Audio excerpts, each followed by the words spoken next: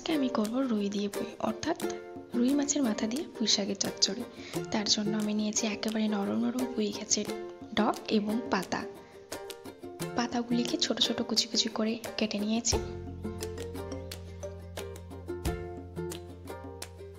কেটে নেওয়ার পরে কড়াইতে পরিমাণ মতো দিয়ে দেবো তেল এবং দেবো দুটো শুকনো লঙ্কা।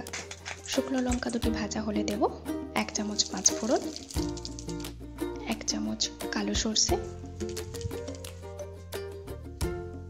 2 চামচ কোঁচানো পেঁয়াজ এবং 1 চামচ কোঁচানো রসুন। ভালোভাবে মশলাটাকে নেড়ে নেব যতক্ষণ না মশলা থেকে গন্ধ ভালো বেরাচ্ছে। মশলাটা হয়ে এলে দিয়ে দেব আগে থেকে কেটে রাখা পুঁই পাতাগুলি,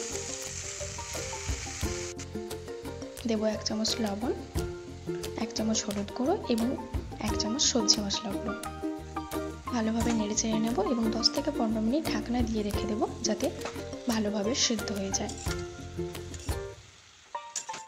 আধো সিদ্ধ হয়ে এলে দিয়ে দেব 2 চামচ সরষে বাটা এবং আগে থেকে ভেজে রাখা মাছের মাথা দিয়ে সার্ভ করে নেব।